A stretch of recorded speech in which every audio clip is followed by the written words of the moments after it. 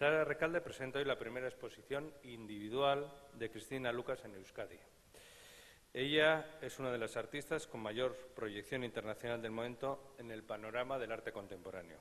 Una muestra que es resultado de colaboración entre distintos y diferentes entidades y agentes que promocionamos o que intentamos promocionar el arte contemporáneo en Bizkaia.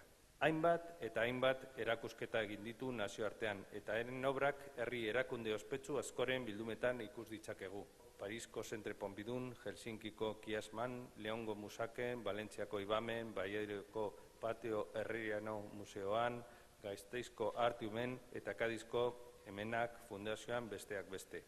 La conciencia política y social que inaugura Picasso con su Guernica es lo que, digamos, los artistas de hoy en día nos sentimos herederos de esa primera revelación, ¿no?, del arte como altavoz y del arte como pulso de tu historia.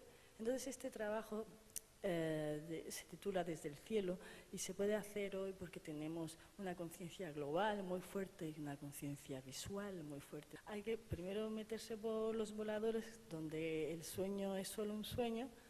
Hay que pasar después al hecho científico en el que, oye, ya se puede volar, y después pasa al hecho histórico de, fíjate lo que hemos conseguido volando, y después de tanta destrucción, la última pieza es, vale, como una especie de silencio y de punto muerto, que hace el link otra vez con la primera.